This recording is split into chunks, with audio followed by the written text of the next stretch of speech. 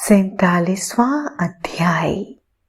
शिव द्वारा शुक्राचार्य को निगलना।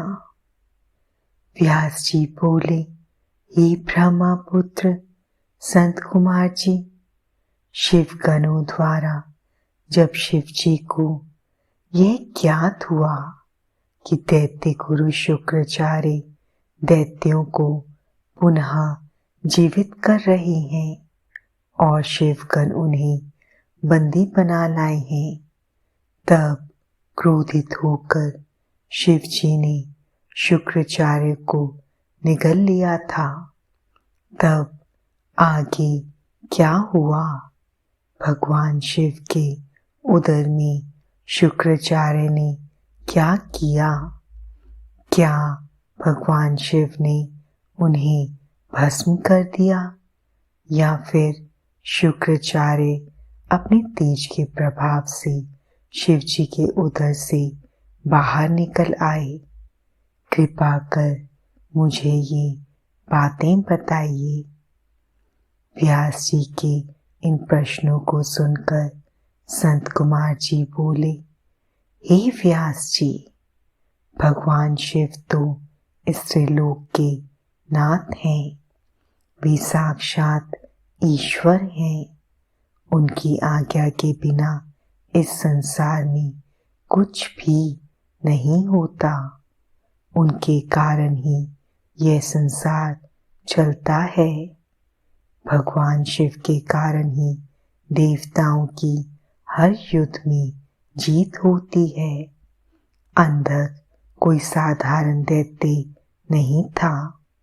उसे यह बात ज्ञात थी कि वे त्रिलोकीनाथ भगवान शिव को नहीं जीत सकता।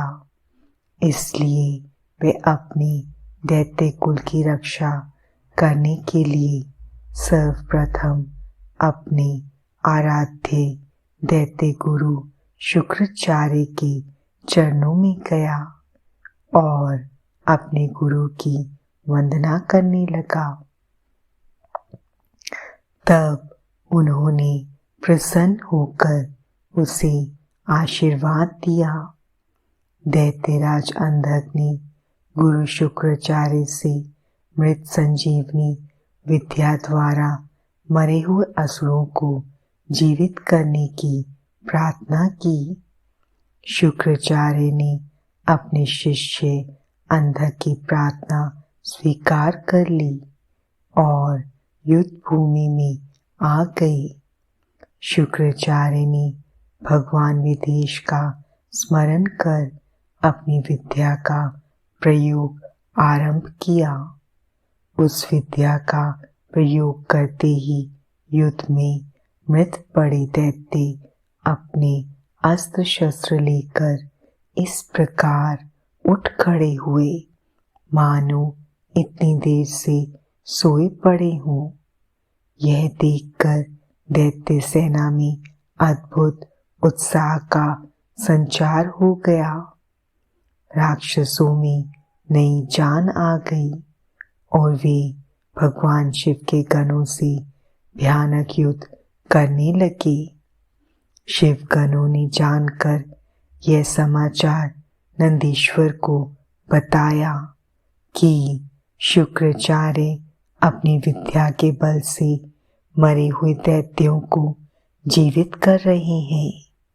यह जानकर नंदी सिंह की भांति दैत्य सेना पर टूट पड़े और उस स्थान पर जा पहुंचे जहां शुक्राचार्य बैठे थे। अनेकों दैत्य अपने गुरु की रक्षा करने के लिए चारों ओर खड़े थे। नंदी ने शुक्राचार्य को इस प्रकार पकड़ लिया जैसे शेर हाथी के बच्चे को पकड़ लेता है। वे उन्हें उठाकर तेज गति से वहां से निकल पड़े। नंदीश्वर को इस प्रकार अपने गुरु को उठाकर ले जाते देखकर सभी दैत्य उन पर टूट पड़े, परंतु नंदी अपनी वीरता का परिचय देते हुए सबको पछाड़ते हुए आगे बढ़ते रहे।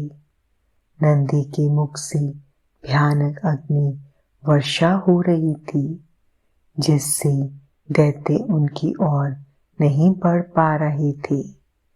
इस प्रकार कुछ ही देर में नंदी शुक्राचार्य का अपहरण करके उन्हें भगवान शिव के सम्मुख ले आए। नंदी ने सारी बातें भगवान शिव को कह सुनाई। यह सब सुनकर देवादिदेव महादेव जी का क्रोध बहुत बढ़ गया और उन्होंने दैत्य गुरु शुक्राचार्य को अपने मुंह में रखकर इस प्रकार निगल लिया, जिस प्रकार कोई बालक अपनी पसंदीदा खाने की वस्तु को पल भर में ही सटक जाता है।